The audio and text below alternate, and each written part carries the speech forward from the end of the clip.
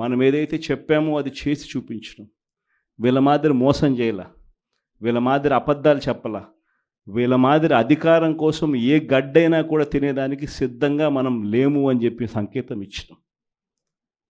వైఎస్ఆర్సీపీ కార్యకర్తగా కాలర్ ఎగరేసుకొని ప్రతి ఇంటికి వెళ్ళే ధైర్యం ఒక వైఎస్ఆర్సీపీ కార్యకర్తకు మాత్రమే ఉంది. ఇదే 8 నెలలు అయిపోయింది. తెలుగుదేశం పార్టీ కార్యకర్తలు ఏ ఇంటికి కూడా పోలేని పరిస్థితి, ఏ ఇంటికి వాళ్ళు వెళ్ళే పరిస్థితి, ఏ ధైర్యము వాళ్ళకు లేదు.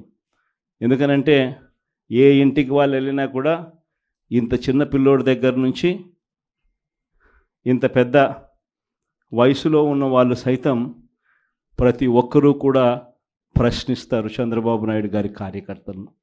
మా 15,000 ఏమైందని చెప్పి చిన్నపిల్లలు అంటారు, మా 18,000 ఏమైందని చెప్పి ఆ తల్లులు అంటారు, మా 48,000 ఏమైందని చెప్పి ఆ అత్తలు పెద్దమ్మలు అంటారు, మా 20,000 ఏమైందని రైతులంతా ఉన్నారు, మా 36,000 ఏమైందని పిల్లలు అంటా ఉన్నారు.